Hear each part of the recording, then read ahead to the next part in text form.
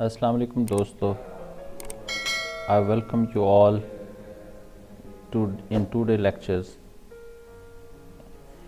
In this lecture we will learn accounting. After studying today you would be able to know what is business. You would be able to explain the meaning of the accounting and the definition of the accounting.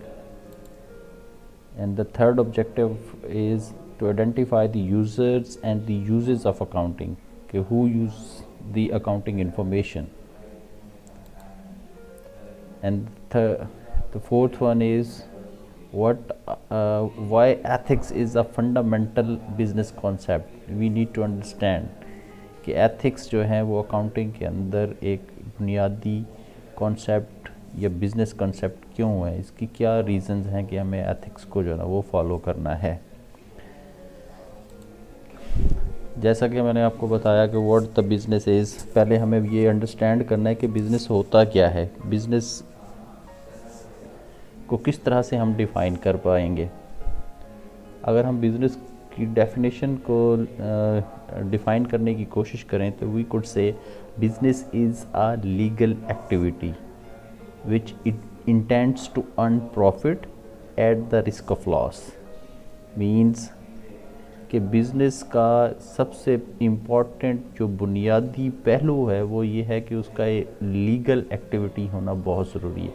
अगर वो legal activity नहीं है और वो abide by the law of that country उनको follow नहीं करता तो इट मीन्स कि वो बिज़नेस आप उस कंट्री में रहते हुए नहीं कर सकते। तो इसलिए उसका लीगल एक्टिविटी होना बहुत ज़रूरी है। और बिज़नेस किस लिए होता है कि we intend to earn profit, कि हमारा मकसद जो होता है उसमें प्रॉफिट अर्न करना होता है। लेकिन इसमें एक और इम्पॉर्टेंट पहलू है जिसको हम इग्नोर नहीं कर सकते, वो है रिस्क कि अनसर्टेनिटी। इफ़ देयर इज़, वो बिज़नेस के अंदर जो उसकी प्रोबेबिलिटी है, अनसर्टेनिटी है, वो इनहेरिटेड है, हम उसको इग्नोर कर भी नहीं सकते।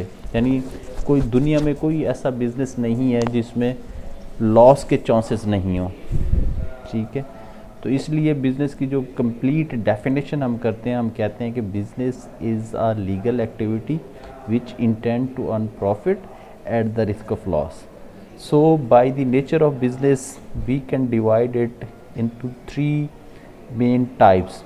First one is the merchandising business and the retailing one. Second one is the services businesses and the third one is manufacturing. So merchandising business या retailing business is a kind of business in which we sell finished goods. We retail finished goods.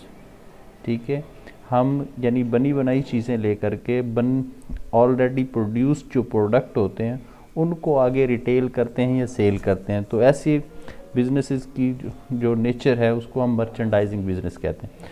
और दूसरी जो business type है जिसे हम service business कह रहे हैं, सर्विस बिज़नेस जो है उसमें हम सर्विसेज प्रोवाइड कर रहे होते हैं। जैसे उसमें हम कंसल्टेंसी प्रोवाइड कर, जैसे कि डॉक्टर्स हैं हमारे पास, लॉयर्स हैं, ठीक है। तो ये हमें सर्विसेज प्रोवाइड कर रहे होते हैं कि उनका जो नेचर ऑफ बिज़नेस है वो service kind of.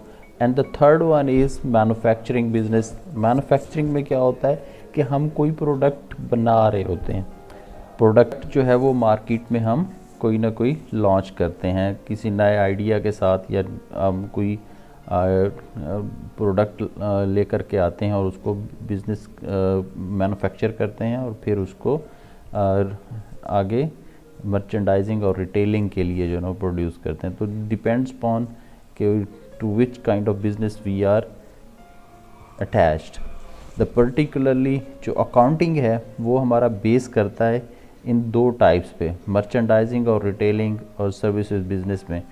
No doubt कि हर बिज़नेस एस्पेक्ट को डील करने के लिए हमें अकाउंटिंग की ज़रूरत है, लेकिन पर्टिकुलरली जो मैन्युफैक्चरिंग बिज़नेस एस्पेक्ट है तो वहाँ पे हम कॉस्ट अकाउंटिंग जो है वो आगे चल करके किसी कोर्स में आप कॉस्ट अकाउंटिंग जो है ना वो सीखेंगे। लेकिन यहाँ पे हम सिर्फ मर्चेंडाइजिंग और सर्विस बिजनेसेस, यानी जहाँ पे हमारा पर्पज़ रीसेल होता है, ठीक है, और हमने अपनी सर्विसेज को सेल करना होता है, तो हम फाइनेंशियल अकाउंटिंग या प्रिंसिपल्स ऑफ अकाउंटिंग जो है ना वो यूज़ करते हैं। Thank you.